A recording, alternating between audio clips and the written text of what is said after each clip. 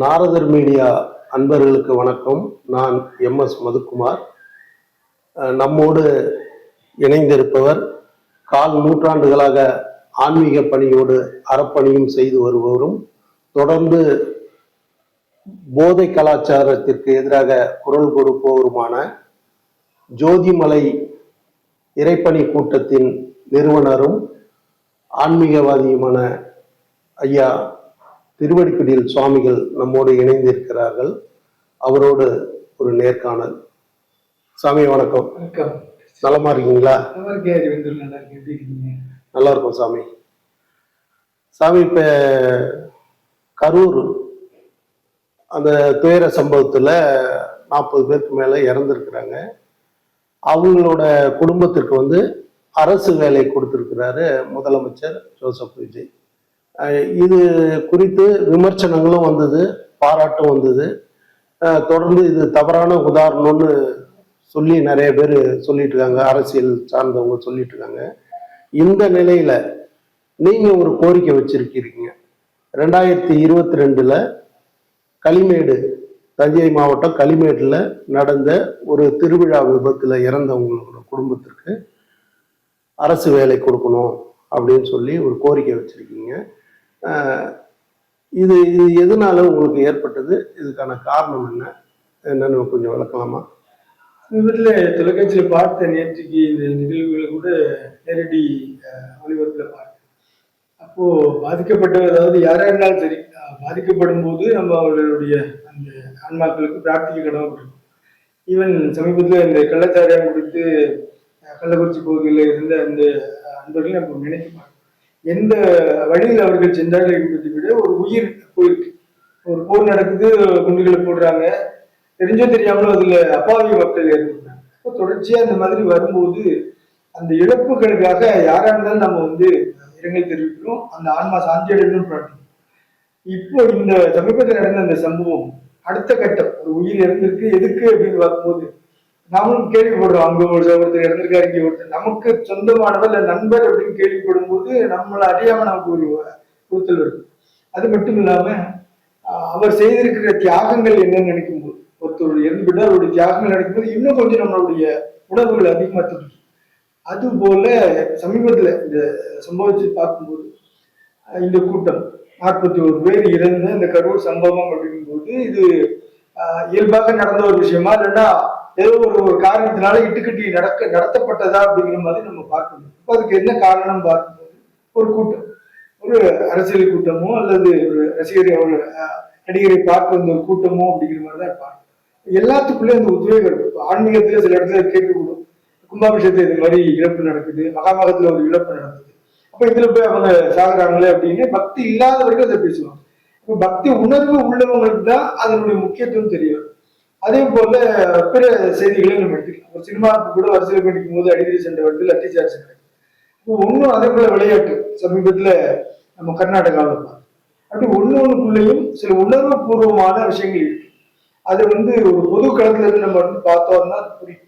இல்லைன்னா ஒன்னும் விமர்சனம் தான். இவன் சினிமாக்காரங்களை பார்க்க போனோம், விளையாட போனோம், இவன் கோயிலுக்கு போனோம், அவன் சாப்பாட்டுக்கு போனோம். உணவு இல்லைன்னு எவ்வளவு இடத்துல உணவுக்காக போய் தேடி போற இடத்துல அப்படி நம்ம பார்க்கிறோம். அந்த அடிப்படையில் இந்த கருணை அடிப்படையில் வேலை அப்படிங்கிறது ஒரு அரசாங்கம் இந்த இடத்தில் முடிவெடுப்பது சரியா அப்படிங்கிற ஒரு கேள்வி இருக்கு. அதனால இது உயர் நீதிமன்றம் வரைக்கும் போயிருக்கு. உச்ச நீதிமன்றத்தையும் கதவை தட்டி என்ன பார்க்கணும் இப்போ நம்ம அப்படின்னா, கருணை அடிப்படையில் பணிகள் என்பதற்கு சரியான ஒரு விதிமுறைகளை அரசாங்கம் மக்கள், மாநில அரசுக்கு மட்டும் இல்லை மத்திய அரசுமே இதை கொண்டு வரும். ஏன்னா எல்லாருக்கும் தனக்கு வேண்டியவர்களின் போது அங்க ஒரு கருணை பிறக்கத்தான் செய்யும்.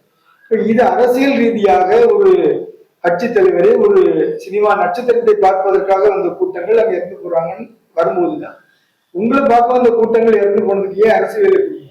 இப்ப நீங்க அரசு முதலமைச்சரா வந்துட்டீங்க, அதனால இந்த இதை கையில் இருக்கிறீங்க. இதே மாதிரி இறந்து போன எவ்வளவோ போயிருக்காங்க, அவங்களுக்கு இந்த வாய்ப்பு இல்லை. அப்ப நீங்க உங்களுடைய வாய்ப்பை, உங்களுடைய அதிகாரத்தை துஷ்பிரயோகம் செய்கிறீர்கள் என்கின்ற விமர்சனம். யாருக்கு இந்த வேலை வாய்ப்பு கொடுக்கலாம் ஒரு கருணை அடிப்படை அப்படின்னா, அரசுல வேலை செஞ்சாங்க, வேலை செஞ்சுட்டு இப்படி நடந்தது, வேற வழியில் அந்த மரணத்தினுடைய விவரங்கள் இருக்கு. இது வச்சுதான் ஒரு கருணை அடிப்படையில் வேலைங்கிறது இன்றைக்கு வரைக்கும் நடைமுறையில் இருக்குது. இவர் ஒரு புதுசா கொண்டு வரும்போது பிற அரசியல் கட்சிகள் விமர்சனம் தெரிவிக்கிறாங்க. என்னை போன்ற பொதுக்களத்தில் உள்ளவர்களும் இப்ப சமீபத்துல தஞ்சாவூர் மாவட்டம் களிமேடு அப்படிங்கிற ஒரு கிராமம், ஒரு சின்ன கிராமம். அந்த கிராமம் ஒரு காலத்துல வேற மாதிரியான ஒரு வாழ்க்கை முறையில் இருந்த மக்கள் அவங்களை முறைப்படுத்தி சைவம் என்கின்ற ஒரு கட்டுக்கோப்புக்குள் கொண்டு வந்து அங்கு ஒரு மடத்தையை நிறுவி ஒரு பெரிய மனிதர் ஒரு திருநாவுக்கரசன் மடங்கிறத நிறுவினார். அந்த மக்களுடைய வாழ்க்கையே நல்ல விதமா மாறி அது அந்த ஊர் மக்களை ஒத்துக்கிறாங்க. அப்படி திருநாவுக்கரசர் மடம் அமையப்பட்ட அந்த களிமேடு கிராமத்துல ஆண்டுதோறும் சித்திரை சதயம் குரு பூஜை நாள்ல விழா, ஒரு 3 நாள் திருவிழா. இந்த 3 நாள் விழால அப்பர் பெருமான எழுந்தருளம் பண்ணி சின்னதா ஒரு தேர் அலங்காரம் பண்ணி கொண்டு வராங்க. அதுலதான் இந்த விபத்து நடந்தது. கடந்த 2022 ஏப்ரல் மாதம் நடந்த விபத்து. அந்த விபத்துக்கு காரணம் பார்த்தீங்கன்னா, சாலை வழியே வரும்போது மேல ஹை வோல்டேஜ் கேபிள் போகுது. இந்த சாலை வந்து புதுசா போட்டிருக்காங்க. புதுசா போட்ட இந்த சாலையில தேர் வரும்போது இந்த உயரம் வந்து வித்தியாசப்படும். கடந்த ஆண்டு இந்த ஆண்டு கட்டின உயரமும் இந்த ரோடு அப்படிங்கும்போது அவங்க ஏற்கனவே பல ஆண்டுகளா தொடர்ச்சியா விழாவை நடத்திட்டு இருந்த மக்கள், அவங்கள குறை சொல்ல முடியாது. அப்ப இந்த வேறுபாடுகளை கருத்தில் கொள்ளாம அது திருப்பும் போது மேல கேபிள்ல தேர் இடிக்குது. தேர்னுடைய வடிவமைப்பு வந்து இரும்பு ஃப்ரேம்ல பண்ணும். இப்ப எல்லாம் பாத்தீங்கன்னா எப்படி பிளக்ஸுக்கு இரும்பு ஃப்ரேம் பண்றோமோ அது போல பண்ணதுனால அது ஷாக் ஆகுது. உடனடியா உள்ள இருக்கிற சில பேப்பர்ஸ் இந்த மாதிரியான எலக்ட்ரிக் பொருள் ஃபயர் ஆகும். தீ பிடிச்ச உடனே பக்கத்துல உள்ளவங்க என்ன பண்ணிட்டாங்க, யாரும் மேல கவனிக்கல, தீ பிடிச்சிச்சு சொல்லி தண்ணியை எடுத்து ஊத்தாரு.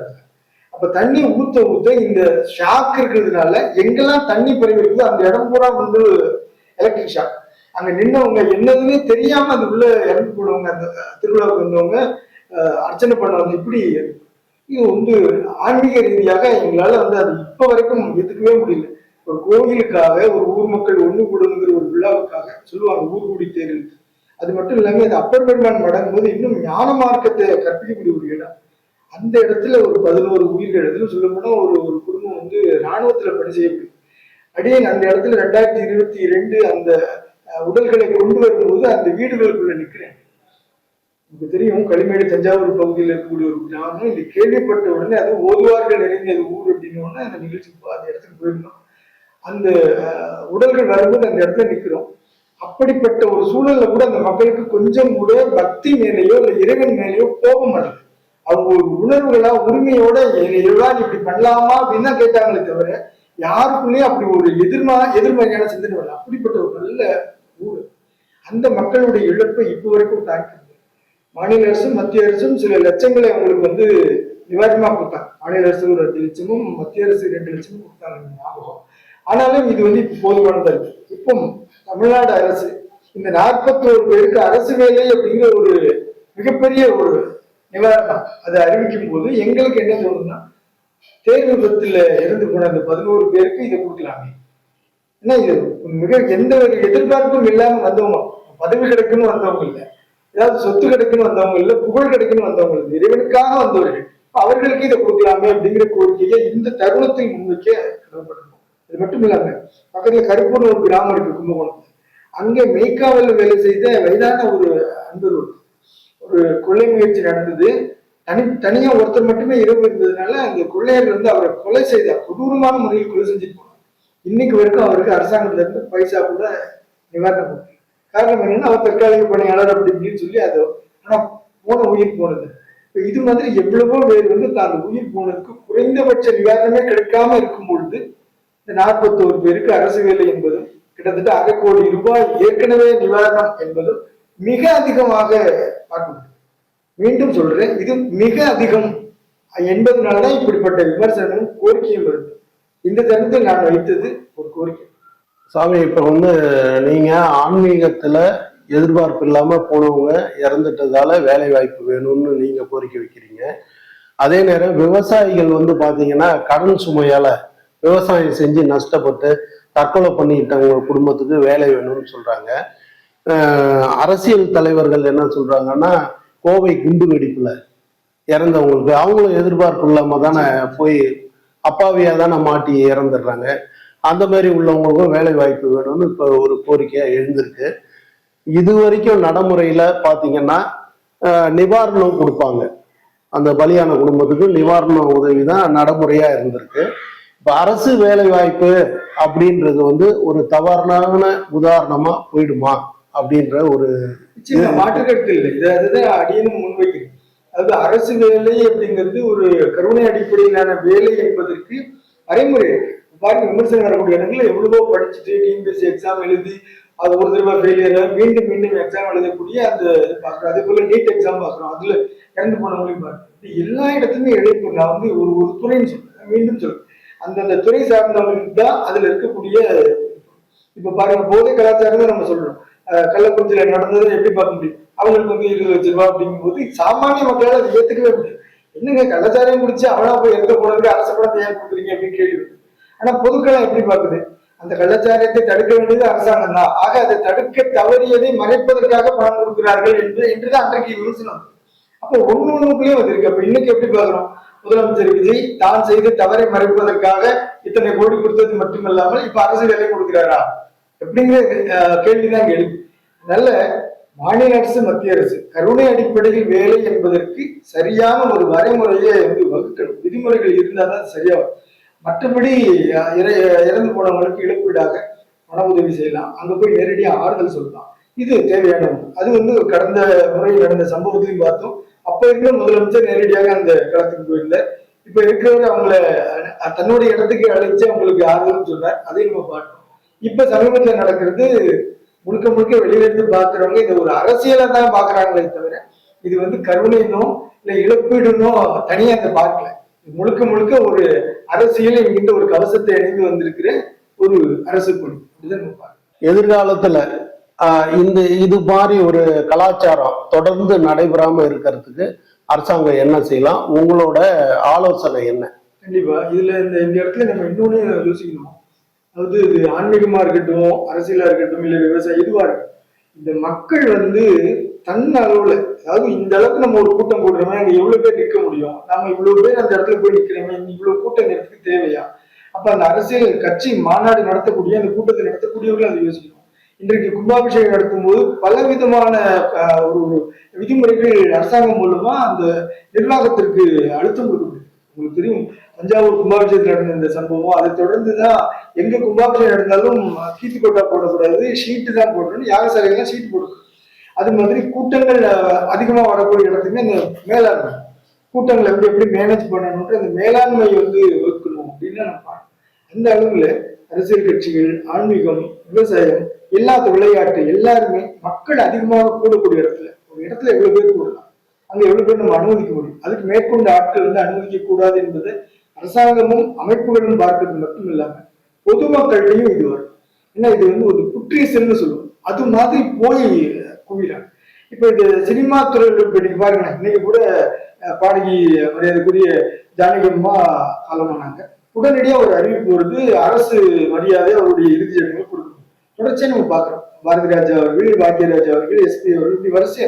இப்ப திரைத்துறையில உள்ளவங்களுக்கு முழுவதும் இவ்வளவு பெரிய விளம்பரம், இவ்வளவு பெரிய அரசு மரியாதை, இவ்வளவு பெரிய கண்காணிப்பு, இவ்வளவு பெரிய மக்களுடைய பார்வைகள்னு வரும்போது சாமானிய ஒரு களம், ஒரு இலக்கியமா இருக்கு, ஒரு சமூக பணியா இருக்கு, ஒரு ஆதீனங்கள். இப்ப ஆதீனங்கள் தொடர்ச்சியா பார்த்தோம். தருமபுரி ஆதீனம், திருவாரூர் ஆதீனம், மதுரை ஆதீனம், சமீபத்துல திருப்பனந்தாள் மடம், இவங்க எல்லாம் எவ்வளவு பணிகளை பண்ணி தமிழுக்கும் செஞ்சிருக்கிறாங்க, சமயத்துக்கும் செஞ்சிருக்கிறாங்க, மக்களுக்கும் செஞ்சிருக்காங்க. இப்ப சொல்ல போனா பல்வேறு ஏக்கர் கணக்குல நிலங்கள் வந்து டெல்டா பகுதியில மடங்களுடைய மக்கள் அதுலதான் விவசாயம் பாக்குறாங்க, அவங்களுக்கு ஒரு வாழ்வாதாரம். இப்ப இதெல்லாம் கருத்துல வச்சு இது மாதிரி மடாதிபதிகளுடைய ஒரு மரணத்தில் யாருக்காவது அரசு மரியாதை என்ற ஒரு அங்கீகாரம் இருந்துச்சு.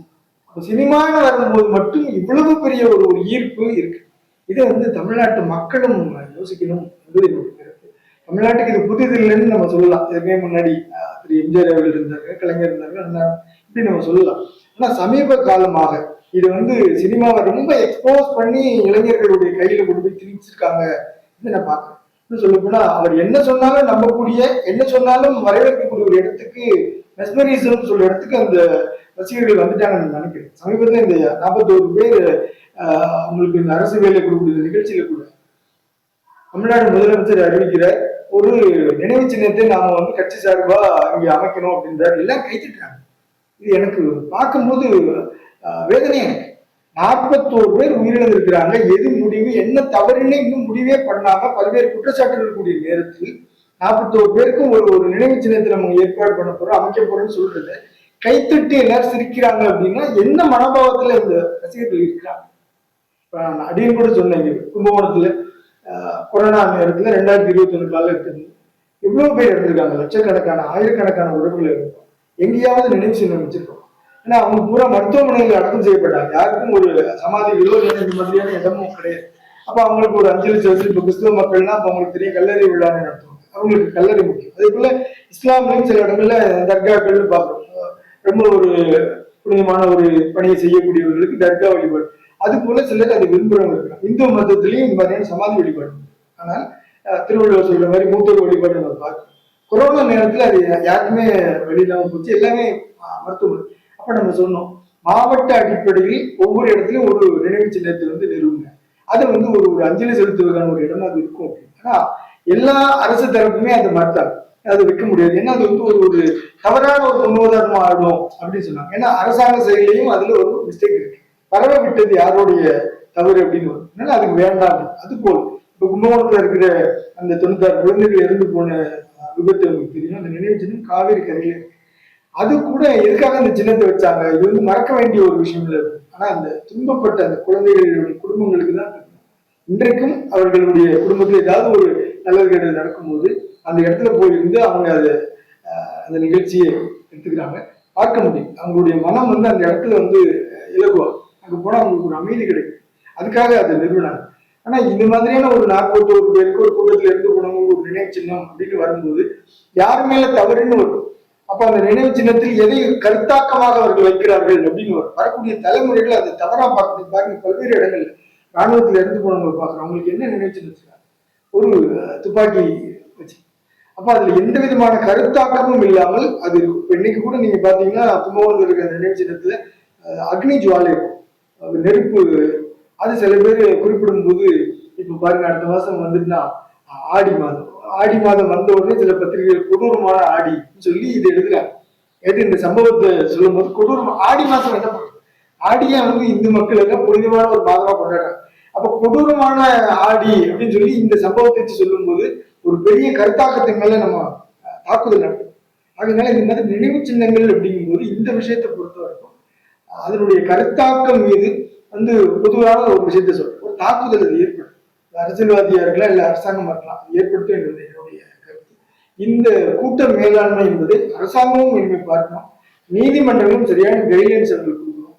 கூட்டமா சேரக்கூடிய இந்த ரசிகர்கள், பக்தர்கள், இன்னும் சொல்ல போனா விளையாட்டுத்துறை சார்ந்தவர்கள் எல்லோரும் யோசிக்கணும். இந்த இடத்துக்கு எவ்வளவு பேர் போகலாம், குழந்தைகளை அழைச்சிட்டு போகலாமா, இந்த மாதிரி இயலாமல் இருக்கக்கூடிய நோய்வாய்ப்பட்டவங்களை அழைச்சிட்டு போகலாமா, முதியோர்களை அழைச்சிட்டு போறோம்னு யோசிக்கணும். குடிக்க கூட தண்ணி இல்லை, அடிப்படை வசதிகள் எதுவுமே இல்லாத ஒரு இடத்துல அவ்வளவு பேர் கூடினா உடல் ரீதியாகவும் அவங்க பாதிக்கப்படுறாங்க என்பது இதுல இருக்கு. அதனால மருத்துவ ரீதியாக, சட்ட ரீதியாக நாம் அனைவரும் அமர்ந்து யோசிக்க வேண்டிய ஒரு காலகட்டம் இது. எடுத்தோம் கவுத்தோம்னு சொல்லி புதுசா வந்ததுனால அவருக்கு அரசியல் சார்ந்தது, அதிகாரம் சார்ந்து இன்னும் புரியலையா, இல்ல இது தலைகால் புரியாம ஆடுறதுன்னு சொல்லுவாங்க, அது மாதிரியான ஒரு ஆட்டமா என்கிற ஒரு கேள்வியெல்லாம் இதுக்குள்ள இருக்கு. தமிழ்நாடு முதலமைச்சர் அவர்கள் இந்த 41 பேருக்கான வேலையை, அரசு வேலை என்பதை யோசிக்கணும். நீதிமன்றமும் இப்ப சமீபத்துல ஒரு இடைக்கால தீர்ப்பு அதை வழங்கியிருக்காங்க. தற்காலிக வேலையை கொடுக்கலாம் அப்படின்னு தான் சொல்லியிருக்காங்களே தவிர இது அவங்களும் முழுசா வரவேற்கல என்பது. சாமி, படித்தவர்கள் அதிகம் உள்ள தமிழ்நாட்டுல போதை கலாச்சாரம் தொடர்ந்து இருக்குது. அதனால பாத்தீங்கன்னா பாலியல் தொல்லை, அந்த மாதிரி நிகழ்வுகள், குற்ற நிகழ்வுகள் தொடர்ந்து நடந்துகிட்டு இருக்கு. இதை தடுக்கிறதுக்கு நீங்களும் தொடர்ந்து குரல் கொடுத்துக்கிட்டு இருக்கீங்க. அரசுக்கு உங்களோட ஆலோசனை என்ன? இளைஞர்களுக்கு உங்களோட ஆலோசனை என்ன? இந்த போதை கலாச்சாரம் சொல்லும்போது போதையோட கலாச்சாரம் என்பதை சேர்ப்பது முதல்ல சரியா அப்படிங்கிற எனக்கு ஒரு கேள்வி இருக்கு. நான் கலாச்சாரம் அப்படின்னு சொன்னாலே ஒரு நல்லதை குடிக்கிற மாதிரி ஒரு நன்றி சொல்றோம், ஒரு கலாச்சாரம், தமிழர் பண்பாடு கலாச்சாரம். ஆனா இன்றைக்கு போதை கலாச்சாரங்கிற சொல்லாடல் ரொம்ப சுலபமாக பகிரப்படுது. போதை கலாச்சாரம் என்னன்னா அது கிட்டத்தட்ட அப்படி வந்துருச்சு. எல்லாரும் ஏற்றுக்கக்கூடிய ஒரு இடத்துக்கு வந்து ஒரு நேரம் மது அருந்திட்டு ஒருத்தர் உள்ள வர்றாரு அப்படின்னா, ஒரு கூட்டத்துக்குள்ள இல்ல ஒரு வீட்டுக்குள்ள வர்றாங்க அப்படின்னா தலையை துண்டு போட்டுட்டு ஒரு ஓரம் போவோம், அந்த ஸ்மெல் அடிக்கும், ஒரு ஓரம் போயிட்டா போறேன். இன்றைக்கு ஒரு கூட்டம் கூடுதுன்னா நம்ம பக்கத்துல நிக்கிறவர், ஈவன் கோவில் கும்பாபிஷேக யாகசாலையில போய் நிக்கிறேன், பக்கத்துல நிக்கிறவர் மேல அல்கைகால் ஆடவர் மது அருந்தி இருக்கிறாரு. அதை நம்ம கூட்டத்துல பேசும்போது யாருப்பா தண்ணி கொண்டு வந்திருக்காங்க, ஒரு ஓரமா போங்க அப்படின்னா சிரிக்கிறாங்க. அப்ப இந்த மது அருந்துதல் அப்படிங்கிறதையும் போதை அப்படிங்கிற ஒரு விஷயத்தையும் இயல்பாக எடுத்துக்கூடிய ஒரு இடத்துக்கு கடத்தப்பட்டுருச்சு. நம்முடைய தமிழ்நாடு மட்டுமில்லை, இந்தியா மட்டுமில்லை, உலக அளவில் போதை என்பதை ஒரு கொண்டாட்டத்துக்கானதான் மக்கள் பார்க்கறாங்க. ஒரு பிறந்த நாள் வச்சுக்கோங்களேன், ஒரு கல்லூரி மாணவன் பிறந்த நாள்னா மாப்பிள்ள பார்ட்டி இருக்காங்க. மாப்பிள்ள பார்ட்டிங்கிறதுக்குள்ள இந்த போதை, சினிமா, இன்னும் சில சில சில விஷயங்கள் உள்ளடக்கும். அப்போ ஒரு நேரம் பிறந்த நாள் அப்படின்னா உங்களுக்கு தெரியும், சித்திரை நிகழ்ச்சி நடத்தும், ஐப்பசி சதய நிகழ்ச்சிகள் நடக்கும். ராஜராஜ சோழன் வந்து சதயம் விழா கொண்டாடுறோம் அப்படின்னா சுவாமிக்கு அபிஷேகம், அன்னதானம், ஏழைப்பட்டவங்களுக்கு ஒரு பொருட்கள் கொடுக்குறது, சமூக கட்டமைப்பு, இந்த மாதிரியான பணிகளை செய்யறது, ஒரு நகரம் சுத்தப்படுத்துறது, ஒரு நீர்நிலைகளை சுத்தப்படுத்துறது, இப்படி நடக்கும்.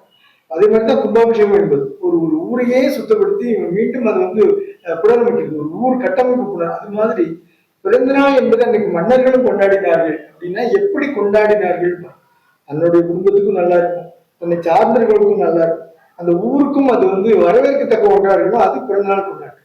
இன்னைக்கு பிறந்தநாள் கொண்டாட்டம் என்பதையே போதையோடு கலந்துதான் கொண்டாடுவது என்று கிட்டத்தட்ட ஒரு 90% மேல உள்ள இளைஞர்கள்.